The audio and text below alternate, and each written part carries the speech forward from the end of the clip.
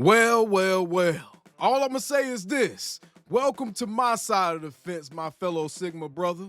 Emmitt Smith has something to say to Cowboys fans, and he has a warning that he wants to send out to Cowboys fans as well. And it sounds oddly familiar if you've been listening to good old Attacko Cowboys. Let's take a listen to what Emmitt Smith had to say about the Dallas Cowboys and those who want to criticize the star. Be sure to subscribe for more Dallas Cowboys content. And that's what has to happen for him. All right, so, here we go. Emmitt, how tired do you get about people talking about the drought with the Cowboys? The 29 years, haven't been to an NFC championship game since when you were playing? I'm sick of it. And I'm sick of it for two reasons. One, we have allowed others to come and nitpick at the star and make fun of the star. And that's what happens when you give other people or other organizations. Now all of a sudden, the last 20 years, they win 2 Super Bowls. They think they're the best thing on the doggone planet. Yeah. And everywhere I go, go Birds. I'm sick of hearing go Birds. I'm always asking, where you going? You still got a long way to go to catch the ups.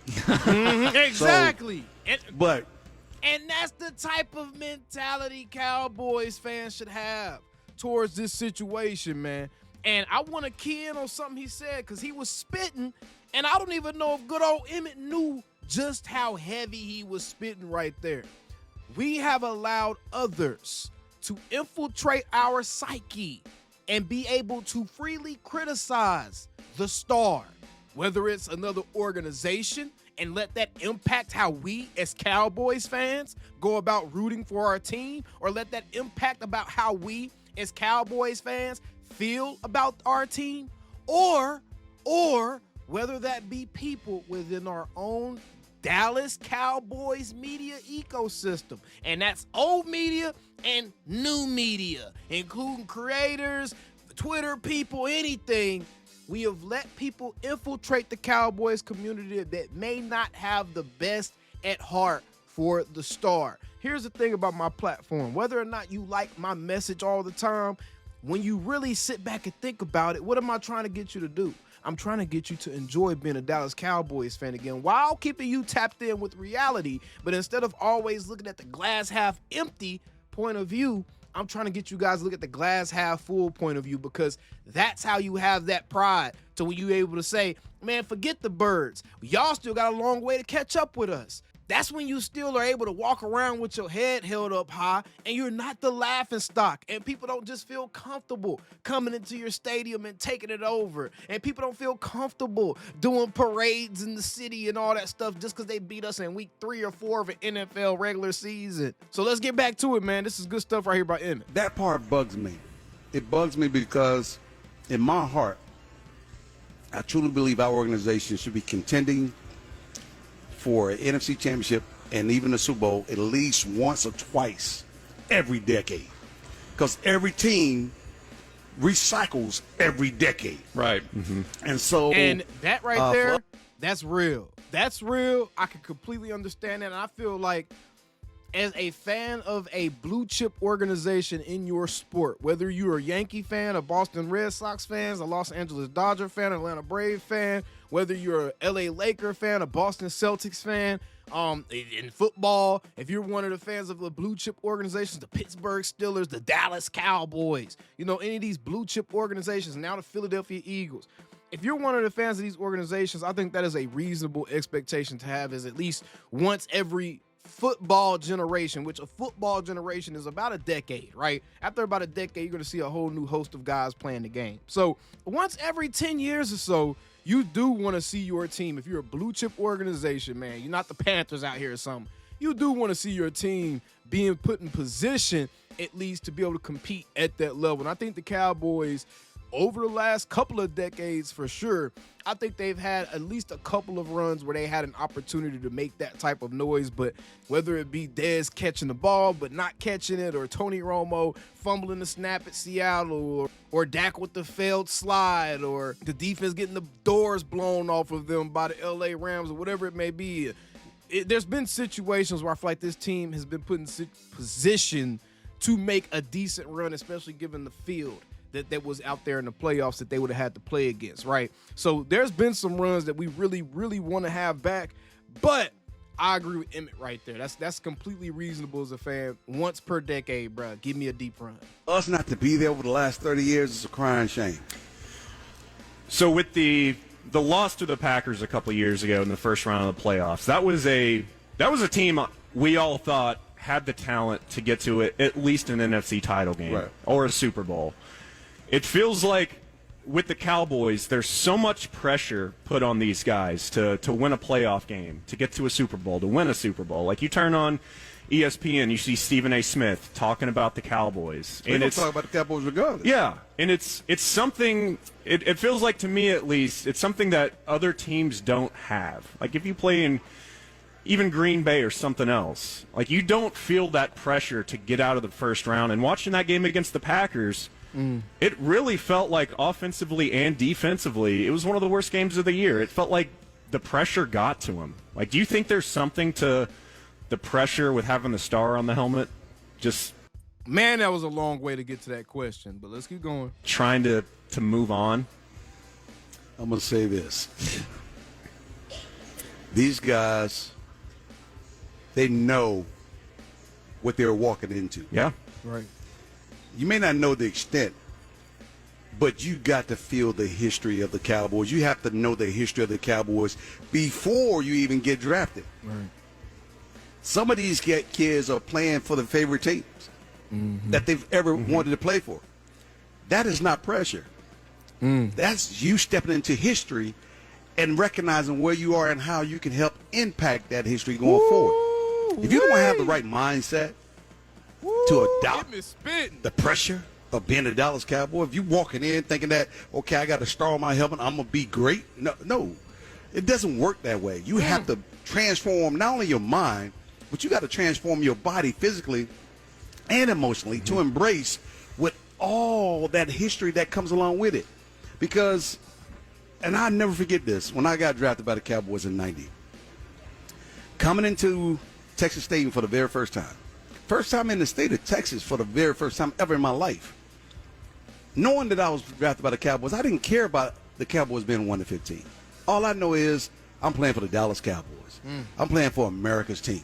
That means something. Roger Staubach and so forth. So I go down in Texas Stadium that day of the draft. They take me into the Texas Stadium. I get the chance to walk down to the field. And as I step onto the football field, I look around and I see the Ring of Honor. I see great names up there. I can envision Tom Landry on the sideline. I can envision what Dorsett and Staubach and Drew Pearson and Ed Tuttle Jones, all these guys did. I can see them on the football field. Nobody's there, but I can see them on the football field. I was like, yeah, this is where I need to be at. That's what I'm talking about. And that's why I want to have my name up on that Ring of Honor. If a player does not come in thinking like that, he's not the right player for the Dallas Cowboys. Woo! Speak on it.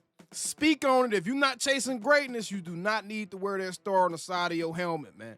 You do not need to wear that star on the side of your helmet. Hey, Emmitt got me. Hey, he got me kind of hype over here. Hold up. So I look at us and I say, when you draft somebody, they already got to know what's expected. Right. They already have to know that there comes a long line of historians and history that comes along with it that you have to embrace. You just cannot ignore it. And you have to figure out, what can I do to leave my mark on the game?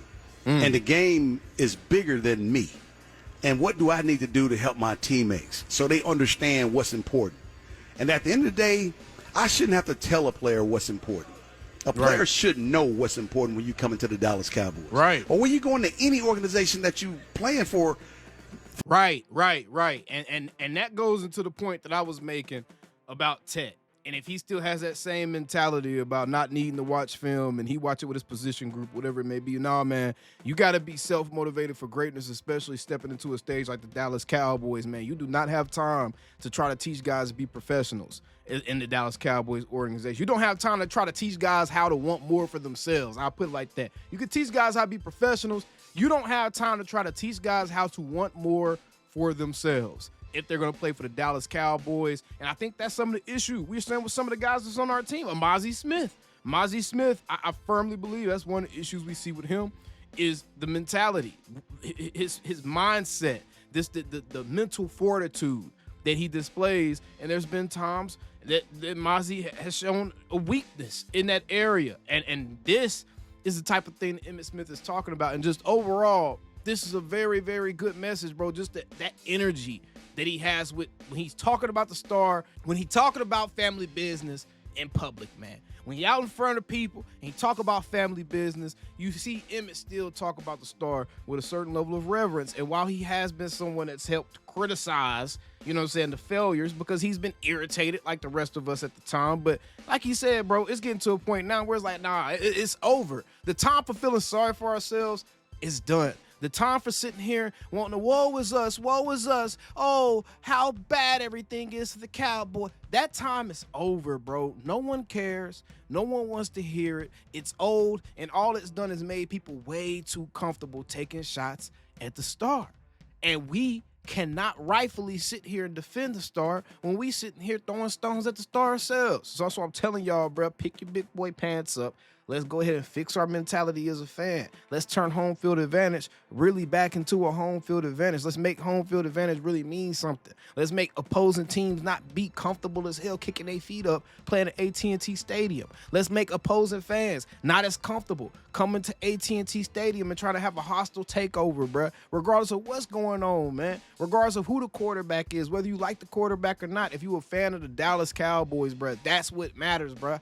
That's what matters, because you not liking the guy is not going to make them change the quarterback out. And that's the thing we got to get out of, is being so stuck in our hate that we think our hate is going to change reality. It absolutely is not, y'all. So all we could do is support the Star, listen to what Emmitt said. Let's get past all that 30 or 30. This is a guy that played for the team and won those championships, bruh. So if he's saying he's tired of it and he don't like how it's giving other people licenses to take shots at the Star, then we need to cut it out, bruh. Let's cut it out, man. And how about them Cowboys? And that go for anybody out there that's in our media space that feel like they want people to be bigger fans of them than they want people to be bigger fans of the Cowboys, bruh. We are here for the Dallas Cowboys. People watch Attack on Cowboys because I'm a Dallas Cowboys representative, bruh. That's why I am not going to sit here and think at no point that I'm going to be bigger than the Star, bruh, because nobody's bigger than the Star. But I am going to try to make my own little solar system within the Star, though. Either way, till next time.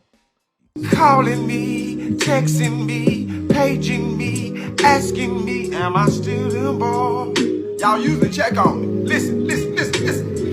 I'm still them boys. Hey! Woo! Hey! I'm still them boys.